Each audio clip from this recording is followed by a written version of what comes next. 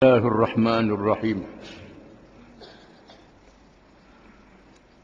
Sifat-sifat malaikat dan kelebihan mereka.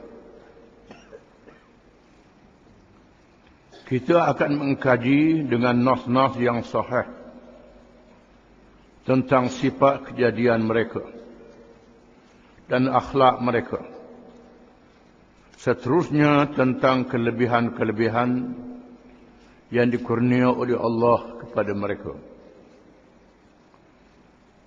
Di antara perkara yang wajib kita beriman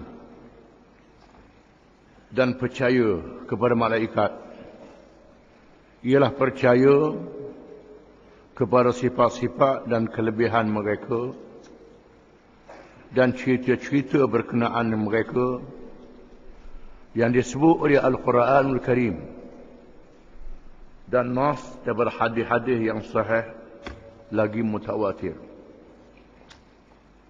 Ini termasuk dalam perkara beriman kepada malaikat. Kejadian mereka.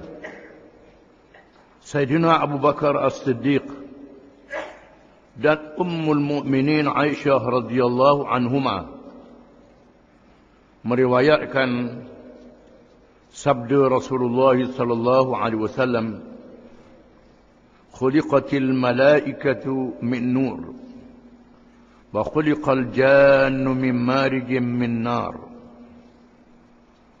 wa khuliqa Adamu mimma wusifa lakum." Rawahu Muslim. Artinya dijadikan malaikat itu dari nur, yakni cahaya. Dijadikan jin itu dari lidah api. Dan dijadikan Adam dari apa yang telah disifatkan kepada kamu, iaitulah tanah. Hadis ini riwayat Imam Muslim. Hadis riwayat Muslim termasuk di dalam hadis yang sahih. Kerana Imam Bukhari, Imam Muslim tidak meletakkan di dalam kitabnya malaikat hadis-hadis yang sahih. Hadisnya hadis sahih yang menyatakan berkenaan dengan sifat kejadian malaikat. Dinyatakan oleh Rasulullah sallallahu alaihi wasallam, malaikat dijadikan daripada cahaya. Jin dijadikan daripada pucuk api. Dan manusia dijadikan daripada tanah. Tidak dinyatakan apakah bentuk nur yang menjadi asal kejadian malaikat itu. Dan kita tidak berkemampuan untuk mendalaminya lebih dari itu. Adapun beberapa riwayat yang cuba mengolah dan mengulas tentang hakikat nur itu tidak mempunyai dalil yang sahih dari Al-Quran dan sunnah Rasulullah sallallahu alaihi wasallam. Cukup dengan apa yang disifatkan dan dinyatakan oleh Rasulullah sallallahu alaihi wasallam bahawa malaikat itu dijadikan daripada nur, daripada cahaya. Apa bentuk cahaya kita tak tahu. Apa hakikat cahaya kita tak tahu. Termasuklah tentang tanah yang dijadikan daripadanya Adam alaihi salam. Tidak tahu dengan seluruhnya. Yang mengetahui secara halus ialah Allah Subhanahu wa taala. Di sana ada riwayat yang disebut oleh ulama di dalam kitab-kitab mereka. Sebahagiannya hadis-hadis yang tidak sahih. Sebahagiannya adalah Israiliyat. Israiliyat ialah cerita-cerita yang diambil daripada golongan ahli kitab, terutamanya orang-orang Yahudi. Sekiranya cerita ini tidak disokong oleh Al-Quranul Karim, tidak disokong oleh hadis-hadis yang sahih, maka kita tidak perlu beriman dan percaya kepadanya. Nak percaya pun tak apa, tak percaya pun tak apa. Sekiranya riwayat itu bercanggah dengan Quran dan hadis, kita tak boleh percaya kepadanya. hendaklah ditolak.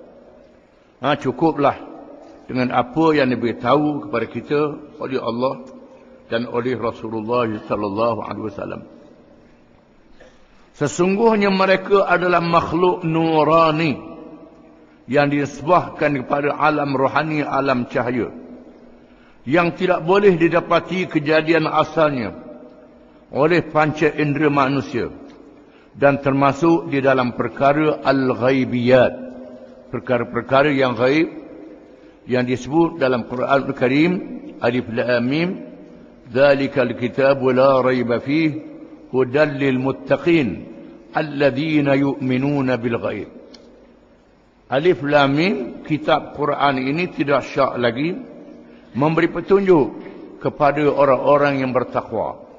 Di antara sifat orang yang bertakwa itu ialah beriman kepada perkara yang gaib, perkara yang tidak boleh dikesan oleh panca indera, yang tak boleh dilihat oleh mata, didengar oleh telinga dan dirasa oleh perasaan kita. Cukup dengan pemberitahuan daripada Allah dan oleh Rasulullah sallallahu alaihi wasallam.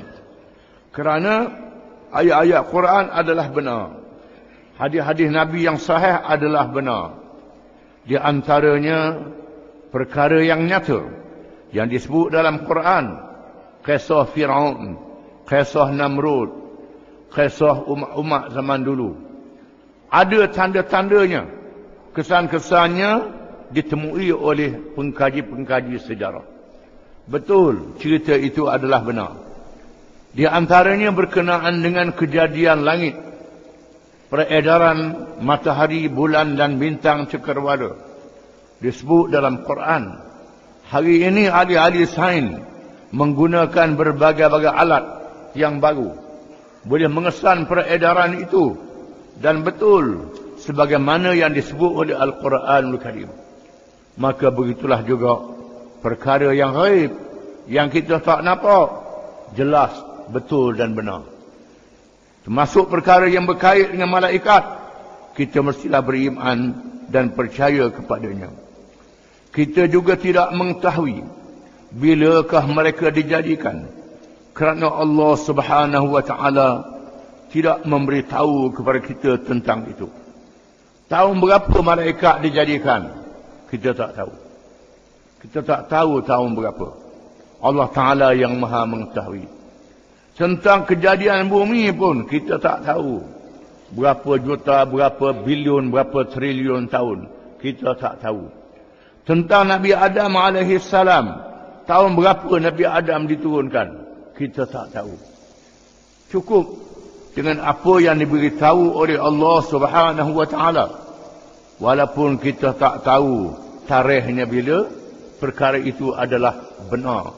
Wajib kita beriman kepadanya. Tetapi Allah memberitahu bahawa mereka dijadikan lebih dahulu dari manusia. Firman Allah Ta'ala, wa idh qala rabbuka lil malaikati inni ja'ilun fil ardi khalifah. Surah Al-Baqarah ayat 30. Artinya, dan ingatlah ketika Tuhanmu berfirman kepada malaikat, sesungguhnya aku akan jadikan di atas muka bumi itu khalifah. Allah Ta'ala beritahu kepada makhluk malaikat satu perisyaharan, wahai malaikat, aku nak jadikan di atas muka bumi satu makhluk manusia. Makhluk ini akan menjadi khalifah. Khalifah dengan makna iqamatud din wa siyasatud dunya bih, yang menegakkan ad-din, menegakkan ajaran Allah, dan mentadbir urusan dunia seluruhnya dengan ajaran Allah. Yang boleh menjalankan tugas ialah manusia. Qalu ataj'alu fiha man yufsidu fiha wa yasfiku ad-dima wa nahnu nusabbihu bihamdika wa nuqaddisu lak. Qala inni a'lamu ma la ta'lamun.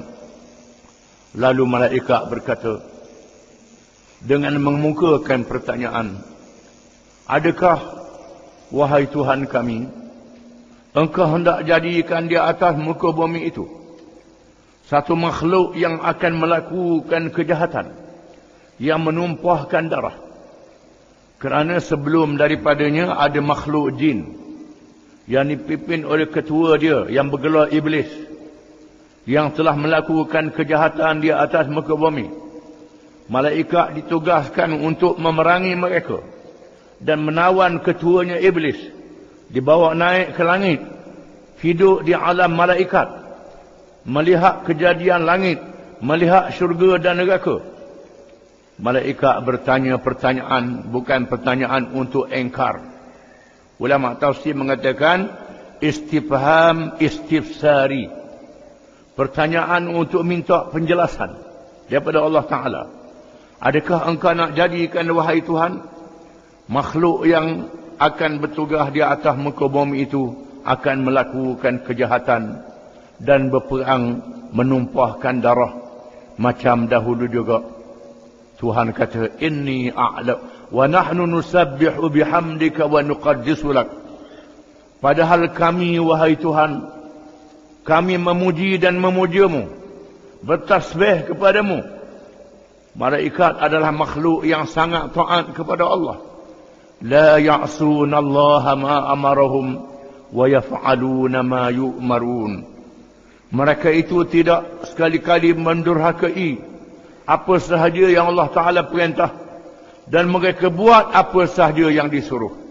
Itulah makhluk malaikat. Mereka berlomba-lomba taat dan mengerjakan perintah Allah.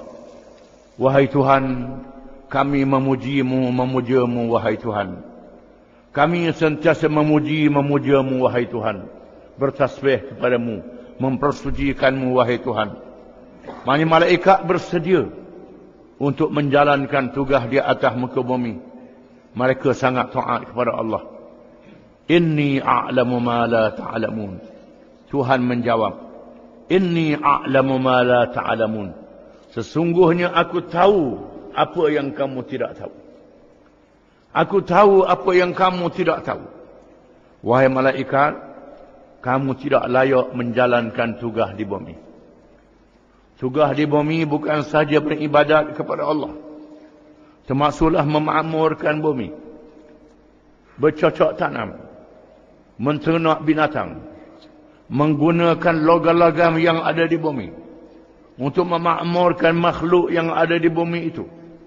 Yang boleh menjalankan tugas ialah makhluk manusia yang dijadikan ada jasad, ada tubuh badan, dijadikan ada roh, ada nyawa boleh bergerak, dijadikan ada akal. Berbeza dengan malaikat, berbeza dengan jin, berbeza dengan binatang, berbeza dengan kayu-kayu dan batu-batu jamadat yang tidak boleh bergerak. Yang boleh menjalankan tugas ialah manusia. Tuhan jawab kepada malaikat yang sangat taat kepada Allah. Ayat ini menjelaskan bahawasanya malaikat adalah makhluk rohani, makhluk alam gaib. Mereka dijadikan dulu daripada manusia. Manusia dijadikan kemudian daripada malaikat. Ada juga nas-nas yang menyatakan tentang sifat kejadian malaikat. Di antaranya ialah tentang malaikat Jibril alaihi salam. An Ibn Mas'ud radhiyallahu anhu qala, رأى رسول الله صلى الله عليه وسلم جبريل في صورته وله 600 جناح كل جناح منه سد الأفق يسقط من جناحه التهاويل من الدرر واليواقيت. رواه أحمد. قال ابن كثير إسناده جيد. Hadis ini hadis yang baik sandarannya. Artinya dari Ibn Mas'ud radhiyallahu anhu, katanya Rasulullah sallallahu alaihi wasallam telah melihat malaikat Jibril pada rupa asalnya. Baginya 600 sayap. Tiap-tiap satu sayapnya memenuhi mata memandang. Bertaburan bersayapnya berbagai-bagai warna permata-permata. Permata-mata, macam-macam permata. Hadis ini riwayat Imam Ahmad. Hadis ini menceritakan pada malam Isra' dan Mi'raj bahawa Rasulullah sallallahu alaihi wasallam ditunjukkan oleh malaikat Jibril dan diizin oleh Allah untuk melihat alam yang gaib. Malaikat Jibril mempunyai 600 sayap. Tiap-tiap satu sayapnya memenuhi ufuk langit keliling, tiap-tiap satu sayap besarnya, dan dilihat berguguran permata-permata turun daripada sayap-sayapnya. Ini keindahan kejadian Allah tentang malaikat Jibril. Sabda Rasulullah sallallahu alaihi wasallam, ra'aituhu munhabitan minas sama' sadan izama khalqihi ma bainas sama'i wal ard. Rawat Tirmizi. Artinya, aku telah melihat Jibril turun dari langit, di mana sifat kejadiannya yang besar itu memenuhi ruang di antara langit dan bumi. Nabi kata, aku pernah tengok malaikat Jibril turun daripada langit. Tiba-tiba aku lihat rupanya memenuhi ruang antara langit dan bumi. Penuh. Langit dan bumi penuh. Bukan macam nampak stoko macam matahari bulan, tidak. Memenuhi ufuk keliling. Besarnya ditunjukkan oleh malaikat Jibril dalam hadis yang berkait dengan menerima wahyu yang pertama. Firman Allah Ta'ala, innahu bila terima wahyu, Nabi keluar daripada Gua Hira, nak balik dalam keadaan gemetar, ketakutan. Tiba-tiba malaikat Jibril beri salam pada Nabi, wahai Muhammad, engkau Rasulullah. Lenggok tengok, nampak penuh langit. Pusing belakang ada juga, kiri ada juga. Tak boleh nak pergi ke mana. Mengelilinginya. Ditunjukkan rupanya yang sangat besar. Firman Allah Ta'ala, innahu laqawlu rasulin karim, dhi quwwatin 'inda dhil 'arsy makin, muta'in thumma amin. Surah At-Takwir ayat 19 hingga 21. Artinya, sesungguhnya Al-Quran itu benar-benar firman Allah yang dibawa oleh utusan yang mulia, iaitu malaikat Jibril, yang mempunyai kekuatan, yang mempunyai kedudukan tinggi di sisi Tuhan, yang mempunyai arasy, yang ditaati di sana di alam malaikat, lagi dipercayai. Ayat ini menunjukkan Jibril adalah malaikat yang paling mulia, menjadi pemimpin malaikat, ditaati oleh malaikat-malaikat yang lain. Dan Jibril juga mempunyai kekuatan yang hebat. Di antara tugasnya menurunkan bala bencana kepada kaum yang durhakakan Allah, melingkupkan negeri kaum Lut, menenggelamkan kaum Nuh dan sebagainya, tempikan yang kuat yang mematikan kaum Samud, angin yang kuat yang menjahanamkan bangunan-bangunan pencakar langit kaum Ad. Ini kekuatan yang Tuhan beri pada malaikat Jibril, ditugaskan untuk menurunkan wahyi dan menurunkan hukuman Allah kepada kaum yang menderhakai Allah Ta'ala. Kaum yang sangat kuat, malaikat yang sangat kuat, lagi gagah perkasa. Allah Subhanahu Wa Ta'ala memberitahu kepada kita bahawa malaikat itu mempunyai sayap. Ada yang mempunyai 2 sayap, 3 atau 4, dan lebih banyak daripada itu. Firman Allah Ta'ala, alhamdulillahi fatiris samawati wal ard, ja'ilil malaikati rusulan uli ajnihatin mathna wa thulatha wa ruba' yazidu fil khalqi ma yasha' innallaha ala kulli syai'in qadir. Surah Fatir ayat 1. Artinya, segala puji bagi Allah, pencipta langit dan bumi, yang menjadikan malaikat sebagai utusan-utusan yang mempunyai sayap-sayap masing-masing. Ada 2, 3 dan 4. Allah menambah pada ciptaannya apa yang dikehendakinya. Sesungguhnya Allah Maha Kuasa atas segala sesuatu. Ayat ini menyatakan malaikat mempunyai sayap-sayap macam-macam. Ada yang 2 sayap, 3 sayap, 4 sayap, dan lebih daripada itu. Jibril 600 sayap. Ini adalah kejadian malaikat yang diberitahu oleh Allah dalam Quran. Allah Subhanahu Wa Ta'ala mencipta mereka dengan rupa yang cantik, Seperti firman Allah Ta'ala menyatakan malaikat Jibril, Allamahu syadidul quwa, dhu mirratin fastawa. Suratul Najm ayat 5 hingga 6. Artinya, yang mengajarkannya oleh Jibril yang sangat kuat, yang mempunyai rupa yang cantik, lalu menampakkan diri dengan rupa yang asli. Tuhan tunjuk, Tuhan izin malaikat Jibril tunjuk rupa yang asli kepada Nabi SAW, rupa yang sangat cantik. Manusia juga membanding rupa yang cantik itu dengan malaikat dan rupa yang buruk itu dengan syaitan. Termasuk kalangan umat-umat zaman dulu. Bila tengok orang lawa, orang yang cantik, dia kata macam malaikat. Rupa yang buruk macam syaitan. Ini diketahui oleh umat-umat sejak zaman dulu lagi. Seperti firman Allah Ta'ala yang menceritakan tentang perempuan-perempuan yang melihat Nabi Yusuf alaihi salam.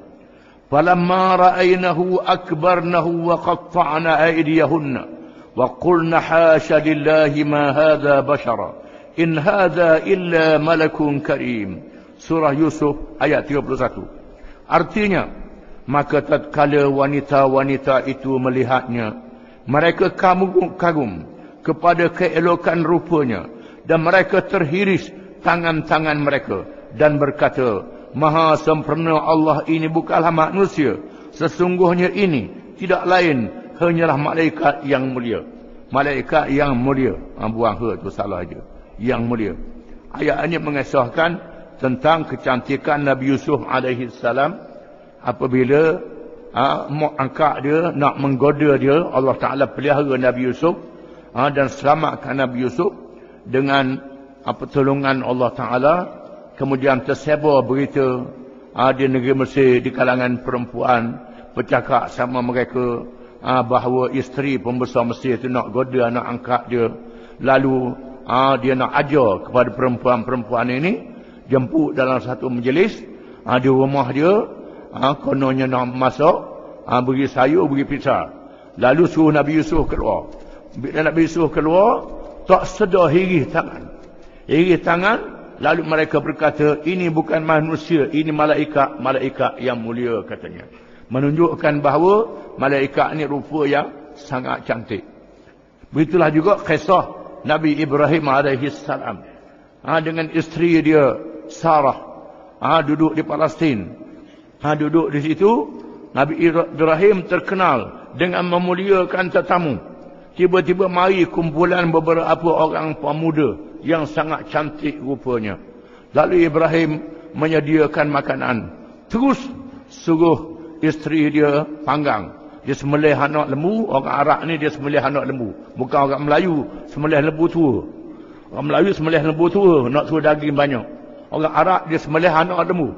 Anak lembu yang berapa bulan tu disembelih oleh Nabi Ibrahim untuk menjamukan tetamunya, pemuda-pemuda yang kacak, yang lawa. Setelah masak lembu tu dibawa keluar hidang, lalu Ibrahim pun jemput. Bila hulur tangan tak sapa. Tak sapa, Tuhan tak izin malaikat-malaikat ini makan. Bila Ibrahim melihat tangan malaikat ini tak boleh nak ambil makanan itu, lalu Ibrahim memari takut. Takut Ibrahim. Ini makhluk apa ni? Lalu malaikat kata, kami adalah utusan Allah yang diutuskan untuk membinasakan kaum Nabi Lut. Allah Ta'ala utus. Ibrahim dalam keadaan bingung. Isteri dia Sarah tapar pipi dia, dan suka tengok kelaku Ibrahim ni. Dia suka pula bini dia. Lalu malaikat kata, engkau dikurniakan anak. Tuhan nak beri anak padamu. Lepas anak boleh cucu pula. Lalu dia kata, macam mana aku ni tua putuhik dah. Suami aku tua. Malaikat kata, mu tak percaya pada kekuasaan Allah? Ini kekuasaan Allah. Allah Ta'ala yang maha berkuasa. Maha berkuasa. Walaupun dah putuhik, dah tua, Tuhan nak beri anak, boleh anak juga. Dalam kisah yang terkenal. Jadi malaikat-malaikat ni datang dengan rupa yang segok, yang lawa. Lalu Ibrahim mengadu, natiabilah binasa kaum tu. Tuhan kata, wahai Ibrahim, jangan caput tangan. Jangan caput tangan. Ini urusan Allah Ta'ala yang akan menghukum kaum Lut. Kerana Ibrahim ini seorang yang sangat lembut hatinya. Pergilah malaikat ni ke negeri kaum Lut, ke rumah Nabi Lut. Nabi Lut tengok orang muda-muda yang sangat lawa. Sudah bala dah, kata Nabi Lut. Kerana kaum Lut terkenal dengan kaum yang liwat. Kaum yang suka bersetubuh dengan orang lelaki yang muda-muda. Mai rupa lawa pula. Sudah dah habislah. Nabi Lut kata sudah dah. Bini dia pun pergi rakyat ke pembesar-pembesar. Maka datanglah untuk menangkap pemuda-pemuda ini. Nabi Lut pujuk jangan. Nak kahwin dengan anak aku pun tak apa. Mereka kata, aku tak ambuh ke anak mu perempuan. Kamu tahu dah, kami nak ke orang lelaki kan. Orang lelaki ni lawa pula. Lalu Nabi Lut mengeluh, aku tak boleh nak tolong, apa nak boleh buat, aku tak ada kekuatan. Lalu Jibril memberitahu, wahai Lut, kami adalah utusan Allah. Engkau tidak boleh sampai. Mereka tak sabar padamu, wahai Lut. Mu tak boleh sabar. Bersedia, wahai Lut, bawa anak-anak perempuanmu berunduk. Tinggalkan isterimu. Allah Ta'ala akan turunkan bencana pada waktu subuh. Subuh sudah hampir. Subuh sudah dekat. Keluar sekarang. Jangan berpaling seorang pun. Lalu Lut berundur. Bila kaum ni datang nak ceroboh, cukup dengan sayap malaikat Jibril saja, buta mata mereka. Dalam kisah yang terkenal, baru mereka tahu ini adalah malaikat-malaikat Allah. Kisah yang disebut dalam Quran yang wajib kita beriman kepadanya. Menunjukkan malaikat adalah rupa-rupa yang cantik, yang lawa. Para malaikat tidak sama darjat dan martabat mereka. Wallahu alam.